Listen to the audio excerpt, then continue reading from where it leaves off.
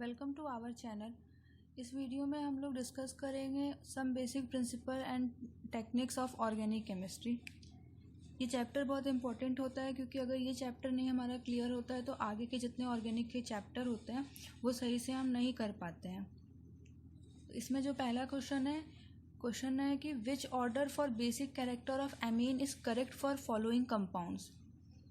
हमें बताना है कि कौन सा ऑर्डर बेसिक के लिए सबसे अच्छा है, मतलब हमें मेनली अरेंज करना है basicity order of these all compounds.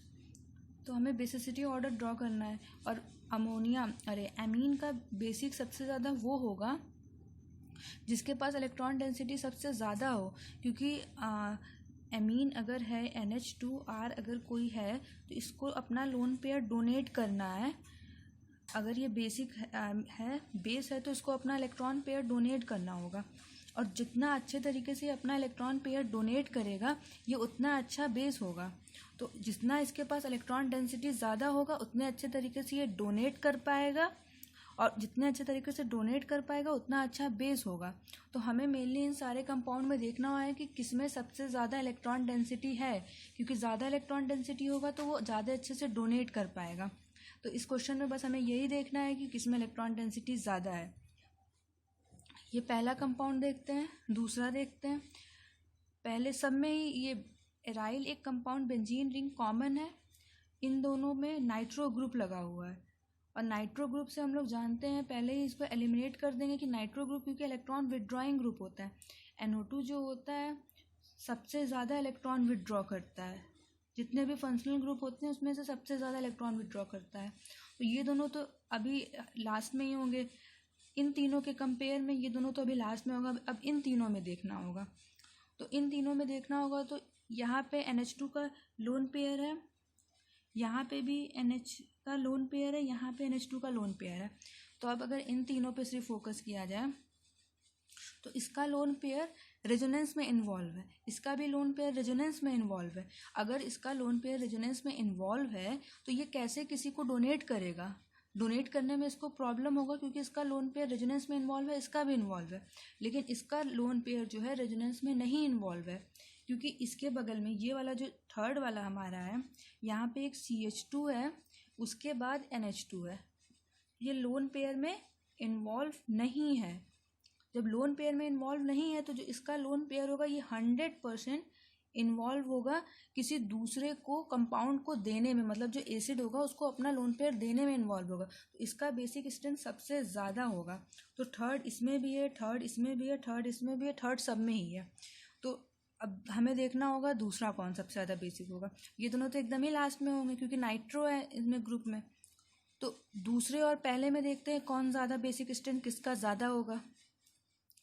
ये दूसरा और पहला जब ड्रॉ करते हैं, जो हमारा पहला है वो NH2 है, इसका भी लोन पेयर इन्वॉल्व है, और दूसरा जो है ये सेकेंडरी एमीन है CH3, इसका भी लोन पेयर इन्वॉल्व है, इसका दोनों का ही लोन पेयर इन्वॉल्व है। लेकिन अगर यहाँ पे देखें तो यहाँ पे ये +I इफेक्ट लग रहा है और यहाँ पे H है, केवल कोई +I इफेक्ट नहीं लग रहा है।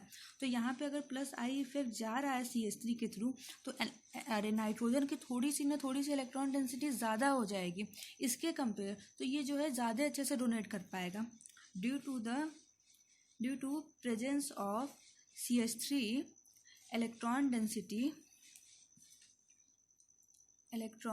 Density on nitrogen increases. तो ये जो होगा सेकंड वाला वो इससे ज़्यादा होगा। तो थर्ड सबसे ज़्यादा हमारा है, फिर सेकंड हो गया, और फर्स्ट फोर्थ फिफ्थ में तो फोर्थ फिफ्थ एकदम लास्ट में है तो फर्स्ट हो गया, थर्ड सेकंड फर्स्ट। अब हमें फोर्थ फिफ्थ में देखना है कि कौन ज़्यादा इलेक्ट्रॉन विड्रॉइंग होगा और कौन ज़्यादा इलेक्ट्रॉन, तो दोनों ही इलेक्ट्रॉन विड्रॉइंग है लेकिन पोजीशन अलग है, एक पैरा पोजीशन पे है, एक मेटा पोजीशन पे है। तो हम जानते हैं यहाँ पे NH2 लगा है और यहाँ पे अगर एक मेटा पोजीशन पे लगा हुआ है नाइट्रो, और यहाँ पे एक NH2 है और एक पैरा पोजीशन पे लगा है नाइट्रो।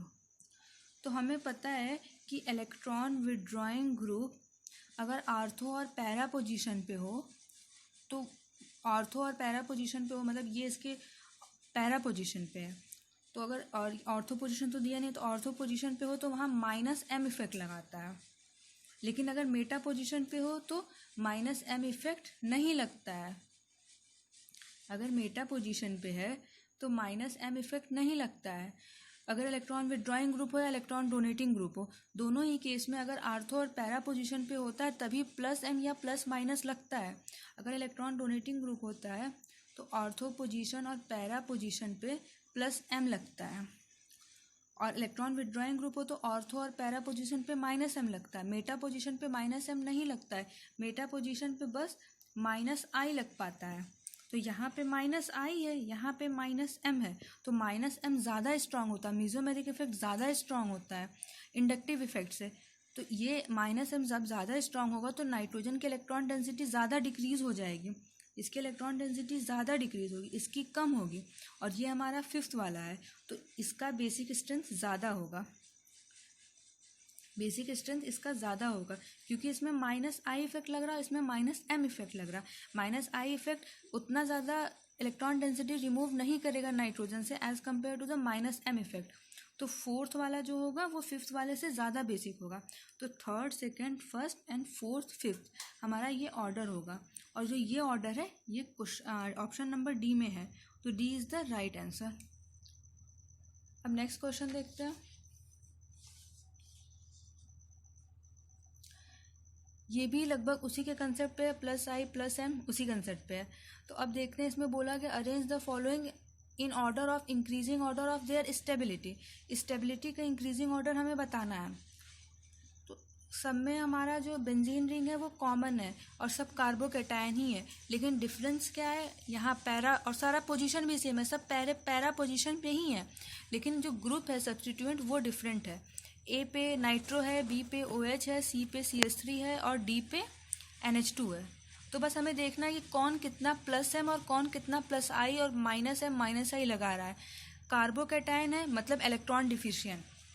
अगर कोई कार्बोकैटायन होता है तो वो कंपाउंड जो होता है वो इलेक्ट्रॉन डिफिशिएंट होता है, इलेक्ट्रॉन डिफिशिएंट होता है, उसको इलेक्ट्रॉन की ज़रूरत होती है स्टेबल होने के लिए। तो यहाँ पे सब के सब कार्बोकैटायन है, तो इनको इलेक्ट्रॉन की ज़रूरत है, तो जहाँ पे इलेक्ट्रॉन इनको मिलेगा वहाँ पे वो स्टेबल होंगे।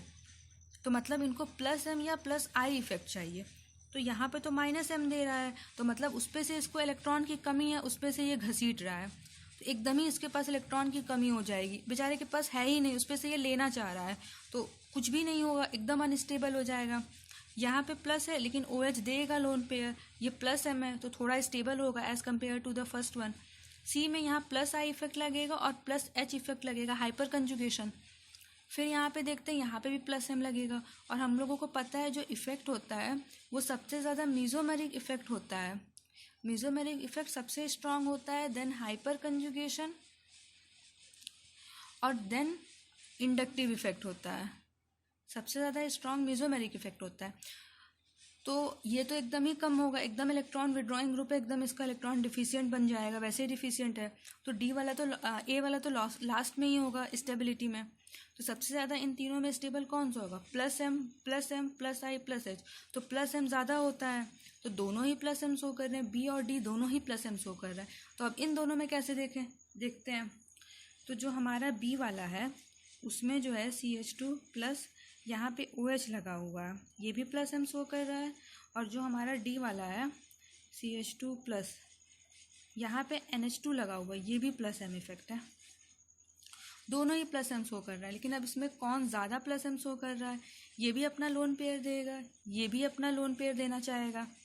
लेकिन अगर बात करें ऑक्सीजन और नाइट्रोजन की इलेक्ट्रोनिगेटिविटी की, तो इलेक्ट्रोनिगेटिविटी जो होती है, इलेक्ट्रोनिगेटिविटी वो ऑक्सीजन की ज़्यादा होती है।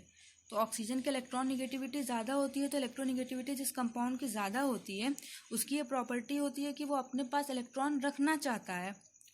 तो लोन पेयर होना है तो दोनों के पास, लेकिन ऑक्सीजन इलेक्ट्रोनिगेटिव ज़्यादा है as compare to the nitrogen, तो ये जो है इलेक्ट्रॉन अपने पास ही रखना चाहेगा। नाइट्रोजन बल्कि थोड़ा कम इलेक्ट्रॉन निगेटिविटी होती है उसमें, तो वो दे सकता है। तो इसका बस यही कंसेप्ट है इलेक्ट्रोनिगेटिविटी का। कि अगर इलेक्ट्रोनिगेटिविटी किसी कंपाउंड की ज़्यादा होती है तो वो इलेक्ट्रॉन रखना चाहता है अपने पास, उसको उसकी एक प्रॉपर्टी होती है कि इलेक्ट्रॉन अट्रैक्टिंग, वो इलेक्ट्रॉन रखना चाहता है। और -I भी शो करता है, तो इलेक्ट्रॉन अगर रखना चाहता है तो वो थोड़ा कम इलेक्ट्रॉन देगा। लोन पेयर होने के बावजूद थोड़ा अट्रैक्शन होगा इलेक्ट्रॉन का, तो थोड़ा कम डोनेट करना चाहेगा।